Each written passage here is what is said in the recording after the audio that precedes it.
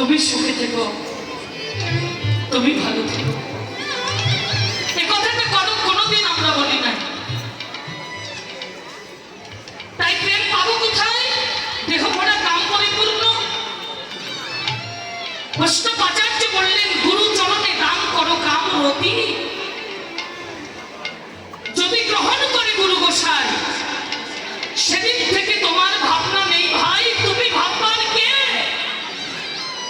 তুমি ভাবো বসে তাকে, যিনি দিবানিশি ভাবছেন বসে তোমাকে। তুমি তাকে ভাবো যিনি তোমাকে ভাবেন। নিজের জন্য নিজে ভেবে কিছু করতে পারবে না মন। গুরুদেবের সেবার পত্রে আমার আমিত্ব, আমার সর্বস্ব, কাম কামনা বাসনা আত্মসুখ লালসা অর্পণ করে দাও। যদি গুরু কৃপা লাভ হয়, কৃপা তোমার প্রতি বর্ষিত হয়, তোমার ভাবনা জাগবে। ভাবনা জাগলে কি হবে? ভাবিতে ভাবিতে জমে দেহের পতন ঘটিবে, সর্পের খোসার ন্যায় খসিয়া পড়িবে। আসিবে এক সহচরী, নিবে তারে হাতে করি, স্থির আধার করে করিবে অর্পণ। সর্পের অঙ্গে দেখবেন খোসা জন্মায়, কলস যাকে বলা হয়। সময়কালে সর্পের অঙ্গের খোসাটা, কলসটা এমনিতেই পরিহার হয়ে গেল। তদ্রূপ তোমার অন্তরে গুরু কৃপা বলে যখন ভাবনা জাগ্রত হবে, ওই সর্পের খোসার মতো তোমার সমস্ত কাম কামনা বাসনা আত্মসুখ লালসা সব নিবৃত হয়ে, দনীভূত হয়ে কৃষ্ণ প্রেমে উদয় হবে।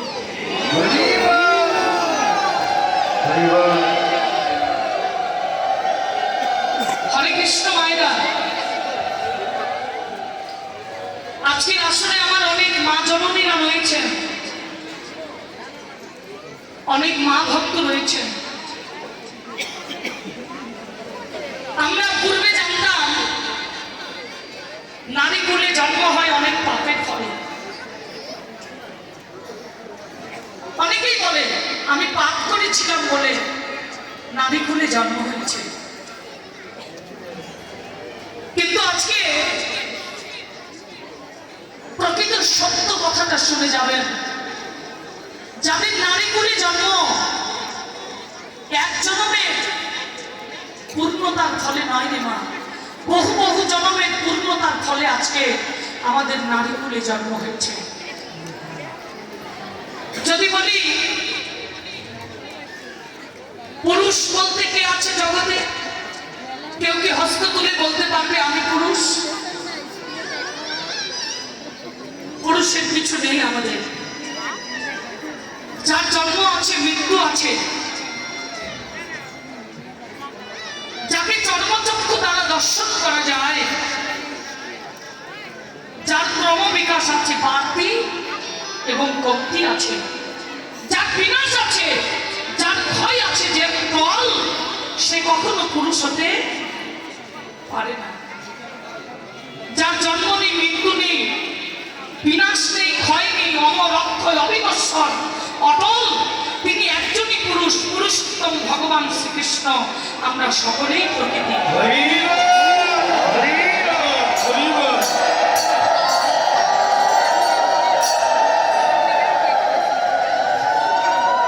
হরে কৃষ্ণ।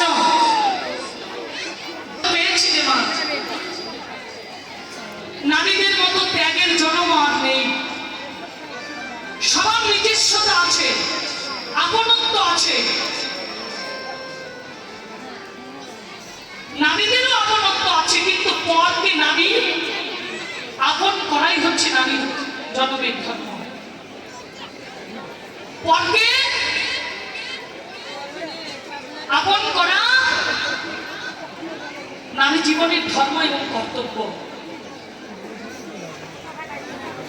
প্রত্যেকটা মাদেরকে বলি, কীর্তন শ্রবণ করলে শুধু ভজন হবে না রে মা, শুধু স্তব স্তুতি করলেই ভজন হবে না, মন্ত্রতন্ত্র জপলেও ভজন হবে না, যতক্ষণ আমরা মনে পরিবর্তন না ঘটাতে পারবো।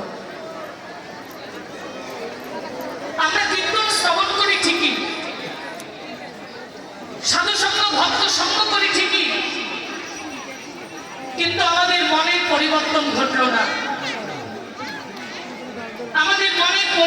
হলো না।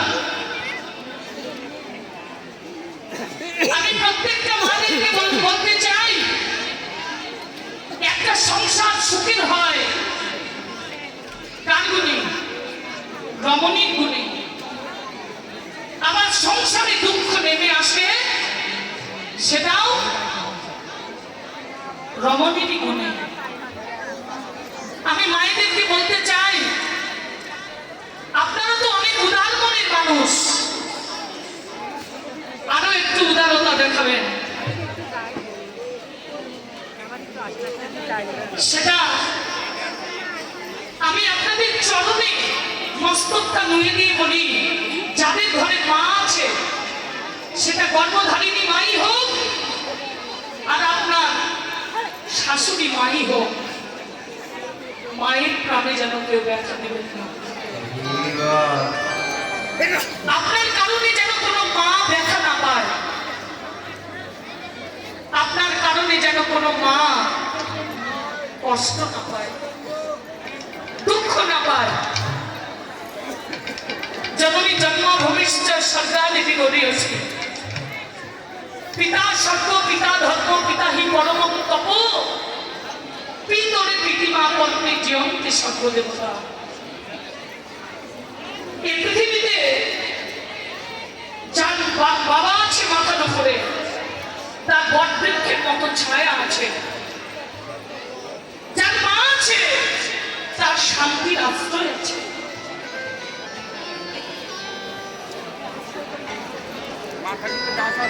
এই জগতে যাদের বাবা মা আছে, সে সবচেয়ে বড় ধনী। আর যার বাবা মা নেই,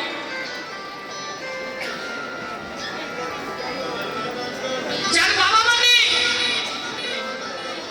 তারা হচ্ছে সবচাইতে বড় বাবা।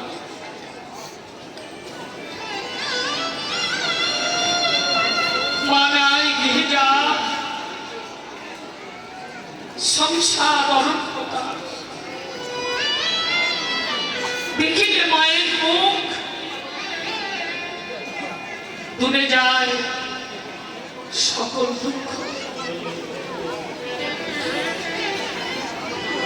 আমি প্রত্যেকটা মায়েদের চরণে প্রণতি রাখি, জনম দুঃখিনী মায়ের অন্তরে কেউ ব্যথা দিবে না।